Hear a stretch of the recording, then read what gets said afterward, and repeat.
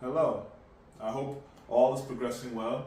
Welcome to I Don't Know. We Can Talk About It, where we discuss myriads of topics civilly, reasonably, and responsibly. My name is Kevin Dufresne. Our first topic is about Title IX, though in a bigger picture sense in connection with how a particular case in relation to how a judge, a court, as well as agencies in connection with the courts in debate might be able to affect an outcome of a case. What I've come to understand in understanding law, respecting beyond a reasonable doubt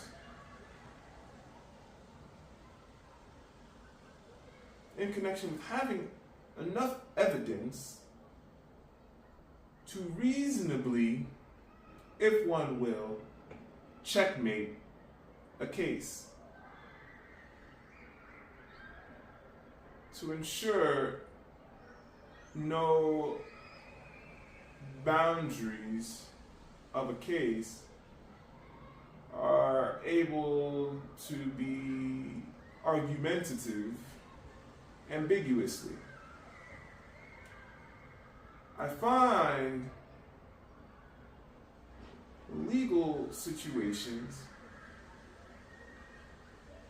tend to reason, which I think may be unsettling for any unaware of how debating might function.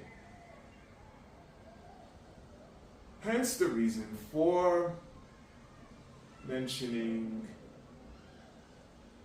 how any legal situation may work in tandem with being beyond reasonable doubt. In a situation of ambiguity, in a situation in which any entity in conversation, in debate, must tend to evidence a case-by-case situation may arise. How might any determine a case beyond what one may want as an outcome?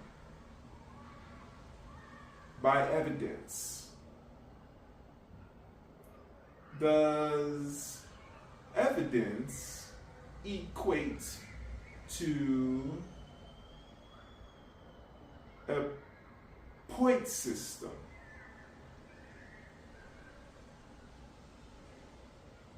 Considering if one debater has more evidence than another, is the one debater with more evidence to find a case proving in favor of more evidence, or is a case reliant on reason with evidence? I feel as though conversing about any legal situation may be interesting. Even more so, I feel an openness in accordance with the case-by-case basis due to the reality of reasoning being most important in regarding an outcome of a case inclusive of all within a case and procedure. I think when any may assess a situation, procedures may differ. References may be a part of procedures, though minutely references will need to be in connection with relevance to a particular situation. Minutely addressing a case, situations of a case, prove valuable for a debate, especially considering long-term debating may vary on a case-by-case basis due to minute details, inclusive of all entities in connection with a case, a situation and or situations in connection with a case.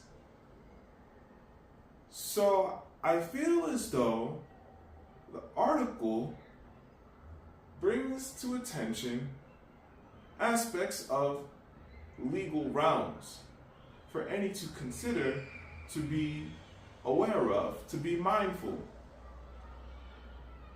Even so, depending on the situation, context,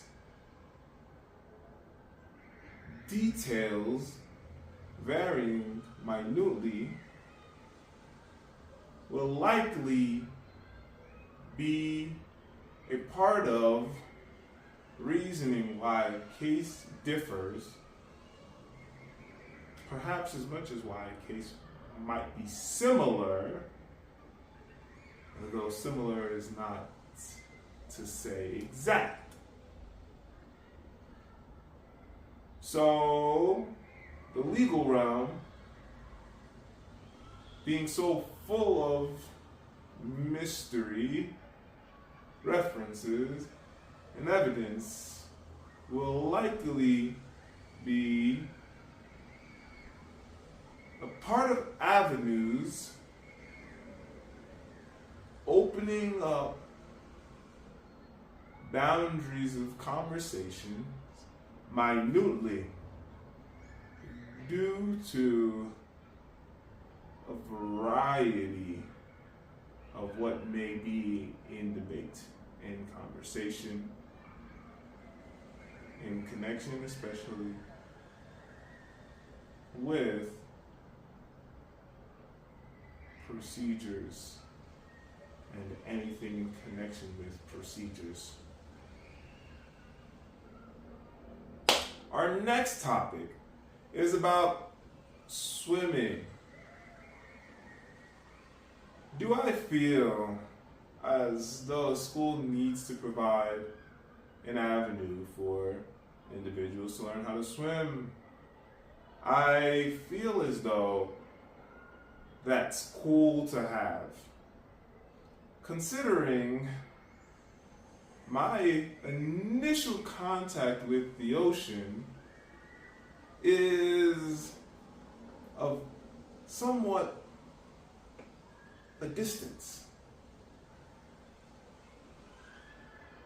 About a decade later, do I find an interest to learn how to swim, then learn to swim, then swim in most types of water. At least the waters I've come to experience so far. Lakes, rivers, oceans. Even so, I feel as though what the article posits about learning about water safety, learning about being in the water can prove very valuable to ensuring one is comfortable mindfully with being in a situation in an environment of water. I remember being on a boat on a pond, somewhat of a lake, and feeling fine in the boat. Even noticing a hole in the boat and water coming through the hole, feeling comfortable to row back to shore. Everyone needing one has a life vest on. Everyone is mindful in good company of safe parameters. I'm familiar with people that do not know how to swim. I understand that people might not like going into an ocean. I understand that people might not like going into a pool in any type of body of water. I understand people might not like getting wet. I feel as though when one is able to assess oneself, a decision of the sort in connection with water may come about later. I understand how wonderful having a pool, a body of water to swim in, and being able to actually function in the water without fear can be beneficial, can be a good feeling, can be fun. So I think, if possible, and one is able, and one wants to, by all means, enjoy an avenue to learn how to swim, to learn about water safety, to learn about water environments. At the same time, I think another aspect of the conversation can be about how later one may find an enjoyment in doing whatever comes about in connection with water safety, activities in environments of water.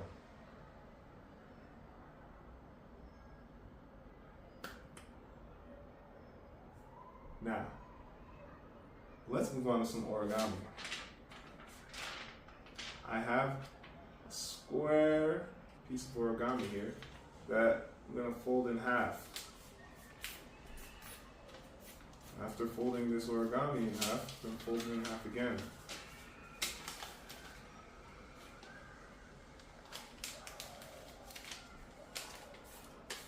And we're going to just basically bring ourselves into this nice fold here. Bum bum. You see this? All we're going to do is just fold it again. So we're just folding from edge to edge. The first fold. Then 1, 2, 3, 4. And our fourth fold brings us here. With square paper. The next thing we're going to do is we're going to just take a corner. And we're just going to actually come from the open side and fold in one corner. That's really it. So we're going to just fold in that corner. Next thing, we're just going to zigzag fold. So I'm just going to fold in like this. Basically what a zigzag fold is means we fold one side, then fold the other side. Fold one side, then fold the other side. We're making an origami leaf, just so you know. The other part of this is that, well, basically the instructions, if you look at them, are going to mention using glue and scissors. Well, you don't really need to use glue and scissors for this. You can just have a good fold and a good fold will prove all right. Okay, you just keep folding down. As you can see, I'm folding down now. As you get from that edge there, you can just keep folding down, back and forth, back and forth, back and forth. All right, just folding back and forth, back and forth. Yeah, okay. Okay, there we go. Good. So now that we have this fold, what's going to happen is, you see this? It's like an accordion. Looks like a Twizzler. And I'm just going to take this and open it up here. So as you can see, you get this nice little opening, rippling, really nice design. So we open it. So the next thing we can do is to really bring this together is, first off, we can appreciate it as is. Ta-da! The other part though is we can continue on with this. So first things first, we open it, and when we open it, we're gonna actually fold in the bottom portion together. So here we go, we're just gonna, you'll see here, just fold it in like an accordion. And if you look at the instructions, it'll tell us to snip the bottom part. If you want, snip it, rip it, get into it. Just try to keep your folds in here. Okay? Try to keep your folds in here. And then the other step is, well, you just fold this top portion here. And voila. You have your leaf. You have your leaf kind of 3D-ish. You know what I'm saying? And you work it like this, and it's a leaf. Okay? It's like a fall meets a spring leaf, but it's definitely got some nice form to it. And again, like I say, you just pinch it down real hard. Give it a little fold if you want. Alright, and then you get a nice little design there. So if you really want to get in there and glue this point and glue these points together, you can, and your leaf will take on more of a diamond, an elongating diamond shape. Alright, I really appreciate reading physical books due to the benefits of reading a physical book in connection with spatial development. And today's book to discuss is about Working with Emotional Intelligence by Daniel Goleman. I really appreciate emotional intelligence and working with emotional intelligence by Daniel Goleman because of how biological the text branches from. Meaning, the text discusses where in one's body one situates, one responds to a stimulus, how the brain operates, how one can manage one's brain's responses. And in connection with emotions, with one's being, with one's choices, the book continue on to explain scenario by scenario how to manage one's emotions in particular situations, especially in connection with work. How might one be able to navigate work more emotionally intelligent? And I find the text brings about evidence that works not only for one working in any particular environments in an interdependent capacity with other people collaborating, though in connection with how one works with oneself in connection with the work. I find the text offers so many immediately implementable points, and I feel that one may greatly benefit reading emotional intelligence as well as working with emotional intelligence to be more sound with oneself, as well as to be more sound with parameters that one may encounter on a near daily basis even if only once in a while as well. Thanks for joining. I don't know. We can talk about it. Onward and Upward. Kevin Dufresne.